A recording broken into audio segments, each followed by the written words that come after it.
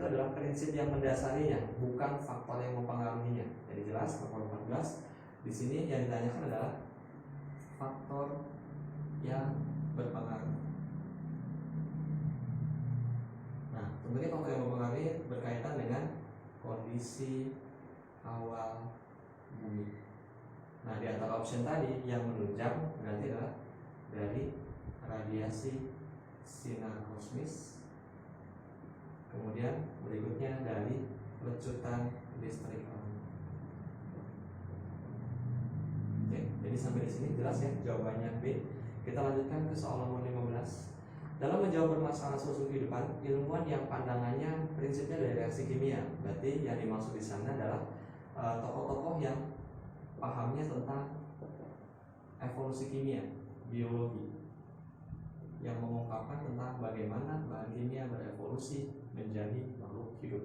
Tentunya tokohnya, kita bisa ingat-ingat lagi. Ada 3 tokoh. Yang pertama adalah Alexander Oparin. Kemudian ada berikutnya adalah Harold Urey, dan yang ketiga adalah Stanley Miller. Oke. Berarti sampai di sini jelas nomor 15 jawaban yang tepat adalah C. Oke, kita lanjutkan berikutnya ke soal nomor 16. Kaldu mendidih dalam lampu terbuka setelah didinginkan pada ruang terbuka selama 7 hari, kaldu akan tetap jernih. Tentunya ini bertentangan dengan percobaan-percobaan yang pernah dilakukan oleh ilmuwan-ilmuwan yang mendukung paham biogenesis, lebih tepatnya yang dilakukan oleh Lazzaro Spallanzani. Lazzaro Spallanzani sudah membuktikan kalau air kaldu tadi sudah steril dan dibiarkan di tempat terbuka, air kaldu tadi akan berubah menjadi keruh apabila disimpan di tempat terbuka. Sedangkan kalau dibandingkan di tempat tertutup, kaldu tadi akan tetap jernih. Oke, sehingga dari apa yang dilakukan oleh Spallanzani jelas pernyataannya pertama tadi salah.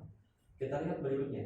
Di dalam kaldu yang mendidih, bakteri akan mengalami kematian. Secara umum, hampir sebagian besar bakteri memang mengalami kematian ketika dididihkan. Itulah salah satu alasan kenapa makanan yang kita makan lebih baik dimasak terlebih dahulu untuk mengantisipasi bakteri-bakteri yang mungkin berbahaya, yang itu bisa mati dengan pemanasan sampai dengan suhu 100 derajat Celcius. Meskipun tidak semua bakteri demikian, namun secara umum betul. Sehingga nomor 16 jawaban yang tepat adalah D. Oke, baik, kita akan lanjutkan ke bagian berikutnya. Itu kita akan lanjutkan berikutnya ke soal nomor 17. Ya, kita lanjutkan ke soal berikutnya, ke soal nomor 17. Di soal nomor 17 tanyakan di sini mengenai usaha untuk membantah teori generatio spontanea. Tentunya teori generatio spontanea itu dibantah dengan teori biogenesis. Oke, sehingga kita bisa jawab di sini dengan cara kita mengingat kembali siapa saja kan tokoh yang setuju dengan paham biogenesis. Oke, di soal sebelumnya kita sudah membahas siapa saja tokoh-tokoh yang berkaitan dengan biogenesis. Untuk yang biogenesis ada Lazzaro Spallanzani. Kemudian selain Lazzaro Spallanzani ada Louis Pasteur, dan berikutnya Francesco Redi. Di antara ketiga tokoh ini, Spallanzani dan Pasteur menggunakan bahan yang sama, yaitu menggunakan air kaldu, sedangkan Francesco Redi menggunakan daging.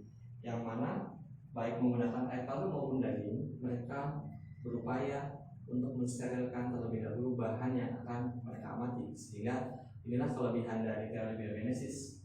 Dia menggunakan bahan-bahan yang benar-benar steril sehingga bisa dipastikan dengan jelas ketika ada kehidupan yang muncul, apakah itu memang dari benda mati atau dari makhluk hidup yang sebelumnya. Oke, sehingga nomor 17 jawaban yang tepat di sini adalah Lazzaro Spallanzani dan Francesco Redi. Sedangkan Oparin dan Harold Urey kita tahu di soal berikutnya beliau adalah tokoh-tokoh yang pahamnya berkaitan dengan teori evolusi kimia biologi atau teori neo-abiogenesis. Sehingga jawaban yang tepat nomor 17 adalah C. Kita berlanjut ke soal nomor 18. Di soal nomor 18 ada seorang anak yang dia membelah jambu air dengan tangannya dan dia terkejut ketika membelah jambu air tersebut di dalamnya ada ular.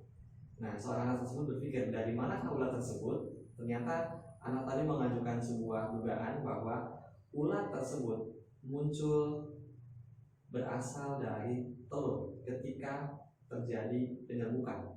Jadi sebelum kita ketahui, sebelum terbentuknya buah, di sana ada penyerbukan terlebih dahulu dari bunganya tadi. Nah, saat penyerbukan itu bisa jadi dibantu oleh serangga, misalnya lalat, dan lalat sekaligus bertelur di sana, sehingga telurnya menetas ketika berkembang juga menjadi buah.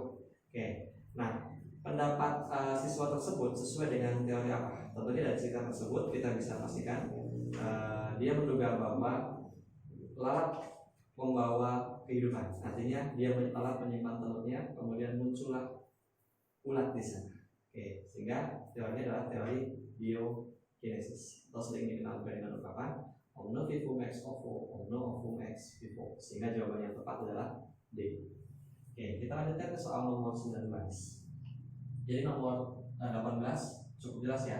Ini kaitannya dengan teori biokinesis. Kita lanjutkan nomor 19. Menurut Harold Urey, zat anorganik dapat berubah menjadi zat organik di dasar laut. Urey sendiri konsepnya berkaitan dengan gas-gas yang bereaksi di udara, sehingga kurang tepat kalau kita lihat. Karena kalau untuk teori yang mengemukakan lokasi munculnya kehidupan yang pertama bisa berupa subprimordial misalnya, itu melandaskan pada postulat dari Oparin dan Adan, sehingga kurang tepat. Kemudian menurut Harold Urey, atmosfer bumi purba tidak mengandung oksigen. Oke, ini juga keliru karena atom oksigen sendiri sudah ada sebenarnya, cuma gas oksigen yang memang jumlahnya mungkin tidak sama seperti sekarang ketika makhluk hidup fotosintetik sudah banyak dan mendominasi bumi atau jumlahnya banyak di bumi ini, sehingga nomor 19 kedua pernyataan tersebut salah. Jadi jawabannya adalah B. Oke, nomor 19 saya pikir cukup jelas, jadi saya akan uraikan. Berikutnya nomor 20.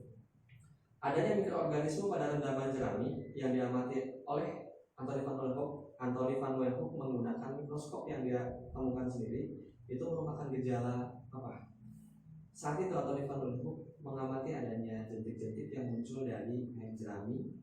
Kemudian di sana beberapa hari dia amati juga muncul mikroorganisme yang berukuran kecil yang kita kenal dengan protozoa.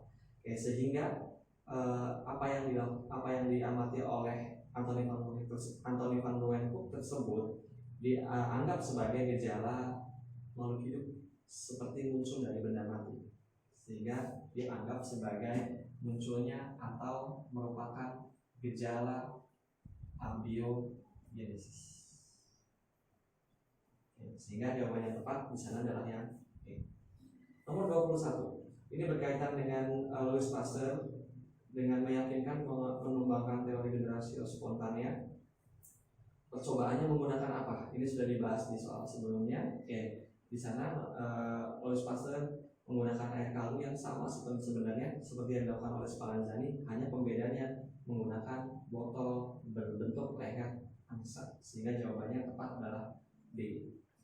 Oke, nomor 21 cukup jelas. Saya lanjutkan soal nomor 22. Teori abiogenesis menyatakan proses terjadinya makhluk hidup dari makhluk tak hidup. Untuk membuktikan bahwa abiogenesis tidak benar, Louis Pasteur. Nah, ini nomor 22 sama seperti tipe soalnya di soal sebelumnya, bahwa ketika kita ingin membuktikan sebuah teori benar atau salah, dibuktikannya dengan apa? Tentunya dibuktikannya dengan melakukan percobaan atau dengan melakukan eksperimen. Oke, jadi jawaban yang tepat jelas di situ adalah yang C. Oke, kita lanjutkan ke soal nomor 23. Adaptasi adalah contoh kegiatan makhluk hidup dalam melakukan. Oke, kita lihat yang dimaksud dengan adaptasi adalah penyesuaian makhluk hidup.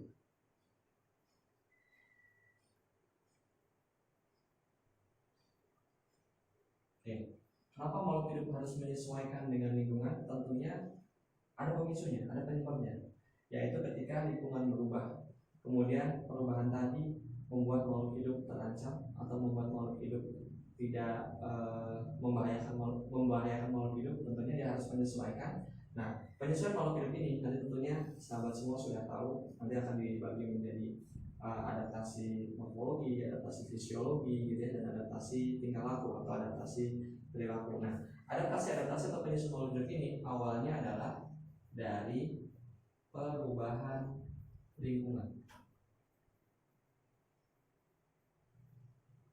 Nah, dari sini perubahan lingkungan, otomatis yang dimaksud dengan perubahan di sini adalah ada sesuatu yang merangsang makhluk hidup. Sehingga di sana yang tepat adalah iritabilitas atau peka terhadap rangsangan. Kenapa seperti itu? Ya karena perubahan yang dilakukan oleh makhluk hidup tersebut itu pada dasarnya tidak begitu saja berubah, tapi dipengaruhi oleh lingkungan. Jadi dia harus merespon perubahan, harus menanggapi rangsangan. Cukup jelas ya. Kita lanjutkan berikutnya ke soal nomor 25. Di soal nomor 25, di sini tanyakan bahwa suatu eksperimen memerlukan kontrol. Nah, kemudian dalam hal ini siswa mempraktikkan eksperimen yang dilakukan oleh Spallanzani. Spallanzani sendiri dia melakukan eksperimen dengan menggunakan air kaldu disimpan di tempat terbuka dan tertutup. Yang ditanyakan di sini adalah siswa harus menyediakan kontrol, tentunya di samping atau di luar apa yang sudah dilakukan oleh Spallanzani. Jadi tidak sekedar mengikuti apa yang dilakukan oleh Spallanzani, sehingga kontrolnya di sana yang tepat adalah ditutup dengan kain kasa steril. Karena di option yang lain itu prinsipnya adalah menutup dan membuka air kaldu yang sudah disterilkan. Jadi kita bikin kontrol yang berbeda dari apa yang dilakukan oleh Spallanzani, sehingga nomor 25 di sini yang tepat adalah ditutup dengan kain kasa steril. Cukup jelas. Kita lanjutkan berikutnya nomor 26. Untuk memperoleh energi, makhluk hidup perlu makan. Sisa makanan yang tidak berguna diekspresikan. Urutan peristiwanya bagaimana? Tentunya kalau kita bikin secara skema dulu, kita harus makan. Yang namanya makanan itu berarti adalah bagian dari pencernaan. Tujuan dari pencernaan adalah memecah makromolekul. Karena ini nggak bisa secara langsung digunakan oleh sel tubuh kita, makromolekul harus dipecah menjadi mikromolekul supaya nantinya bisa dimanfaatkan oleh sel-sel tubuh kita. Sehingga setelah terjadi pencernaan, asumsinya adalah bahan makanan sudah berukuran kecil. Berikutnya bahan makanan yang berukuran kecil tadi itu akan diedarkan, tentunya melalui sistem transportasi atau sistem peredaran darah. Kemudian tugas dari transportasi adalah menyampaikannya ke sel. Nah, sehingga ketika sudah sampai di dalam sel inilah, berikutnya sel akan menggunakan bahan makanan tadi untuk menghasilkan energi. Proses secara umum yang dilakukan oleh sel untuk mendapatkan energi itu disebut sebagai respirasi sel. Nah, jadi kita bisa simpulkan bahwa energi di dalam tubuh manusia didapatkan hanya setelah terjadi respirasi sel. Jadi ketika kita makan, kemudian selesai makan, energi belum kita dapatkan. Atau bahan makanan masuk ke darah, ketika masih darah, kita juga belum dapat energi. Jadi energi baru didapatkan kalau sudah sampai di dalam sel dan digunakan untuk respirasi. Sehingga kita bisa perhatikan pada orang yang misalnya sakit atau koma atau pingsan, meskipun dia tidak makan, tidak menggunakan pencernaannya, dia tetap bisa hidup, tetap bisa dapat energi. Karena prinsipnya bahan makanan akan dimasukkan ke dalam darah, darah akan langsung memberikan ke sel dan sel bisa melakukan respirasi. Sehingga orang yang pingsan tadi meskipun tidak makan berhari-hari tetap bisa hidup karena prinsipnya sel yang menghasilkan energi, bukan sistem pencernaan. Ya, jadi sampai di sini jawaban yang tepat di sini kalau kita minta urutkan adalah pencernaan adalah bagian untuk mendapatkan nutrisi, kemudian transportasi, berikutnya respirasi, kemudian dari respirasi ini tentu ada yang namanya zat sisa. Zat sisa ini harus dibuang dan pembuangan sisa metabolisme itu disebut sebagai ekskresi. Sekarang saya sahabat nanti akan pelajari lagi perbedaan antara istilah ekskresi, sekresi, dan defeksi. Ya, untuk nomor 26 cukup jelas dulu jawabannya adalah yang A. Nomor 27. Omne vivum ex ovo, omne ovum ex vivo adalah suatu pernyataan yang menjelaskan.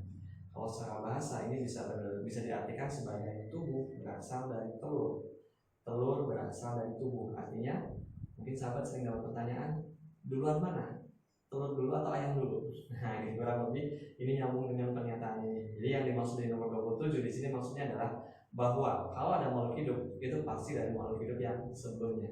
Telur ada yang menghasilkan tubuh makhluk hidup juga sebelumnya berasal dari telur. Jadi ini maksudnya intinya adalah sama dengan ungkapan yang mendeskripsikan mengenai teori biogenesis. Sehingga jawaban yang tepat adalah yang D. Semua kehidupan berasal dari kehidupan sebelumnya. Oke, di nomor 27 di sana inti kalimatnya mengungkapkan tentang teori biogenesis. Oke, kita lanjutkan ke nomor 28. Wabah penyakit malaria telah dapat diidentifikasi dan dicegah berkat berkembangnya cabang ilmu biologi. Nah, cabang ilmu biologi apakah di sini yang bisa mengantisipasi wabah malaria? Ya, oke. Jadi kalau kita perhatikan malaria ini biasanya banyak siswa yang terjebak karena malaria supaya kita kaitkan dengan demam berdarah itu dekat, gejalanya mirip, kemudian yang lain-lainnya, atau di rumah sakit kasusnya juga seringkali beriringan, jadi identik seolah-olah. Padahal penyebab malaria berbeda sekali dengan demam berdarah. Malaria penyebabnya adalah Plasmodium. Plasmodium ini macam-macam. Misalnya saya contohkan di sini ada Plasmodium vivax, ada Plasmodium malariae, Plasmodium ovale, Plasmodium falciparum. Nah, Plasmodium yang saya sebutkan tadi itu adalah penyebab penyakit malaria.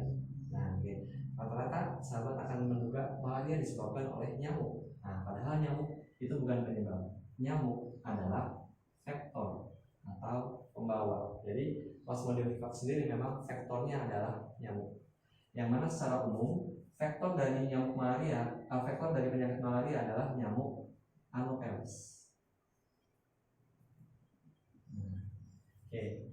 Sehingga kalau kita perhatikan di sini Plasmodium, kalau Anopheles ini adalah nyamuk. Kemudian tentunya ada cabang ilmunya khusus yang mempelajari, karena nyamuk ini adalah kelompok serangga. Cabang ilmu biologi yang khusus mempelajari serangga disebutlah dengan entomologi. Kemudian Plasmodium vivax sendiri ini adalah kelompok protozoa. Coba sahabat ingat-ingat lagi kedudukannya dalam klasifikasi. Protozoa termasuk kelompok apa?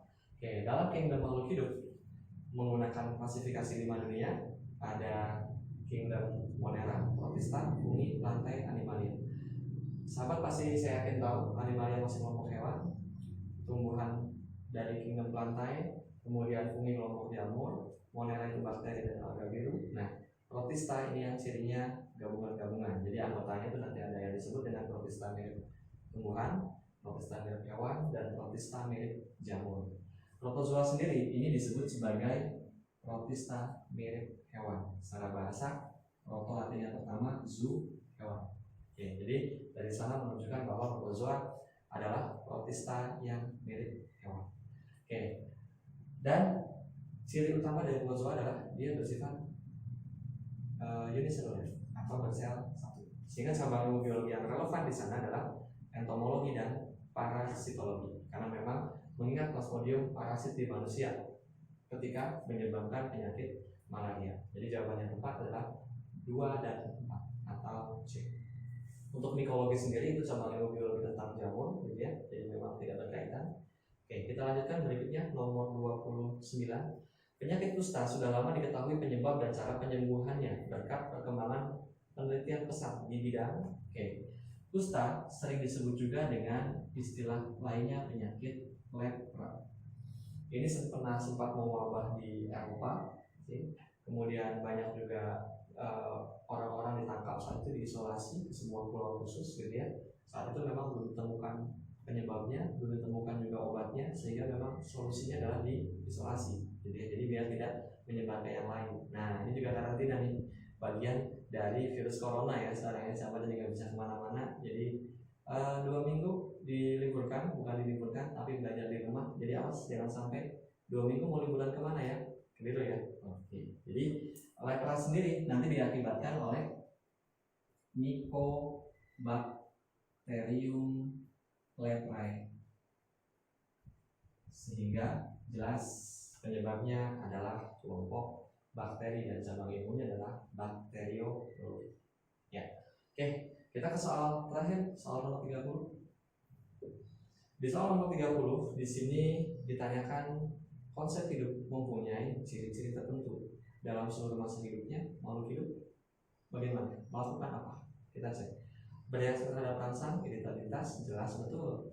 Berusaha menyesuaikan diri, betul. Tumbuh dan berkembang, tentunya ciri-ciri makhluk hidup. Melakukan metabolisme itu juga bagian dari ciri makhluk hidup. Jadi kesimpulannya semuanya benar.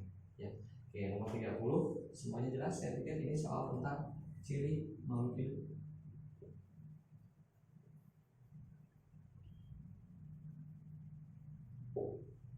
Oke, jadi silahkan nanti sahabat pelajari lagi lebih jauh dari hal-hal yang apa yang disampaikan secara digital ini melalui video ini. Nanti bisa dikonsultasikan seperti biasa. Jangan lupa sahabat dan dia tetap istiqomah belajar, istiqomah ibadah. Oke, sampai ketemu lagi dan kesempatan. Terima kasih dan selamat belajar. Assalamualaikum warahmatullahi wabarakatuh.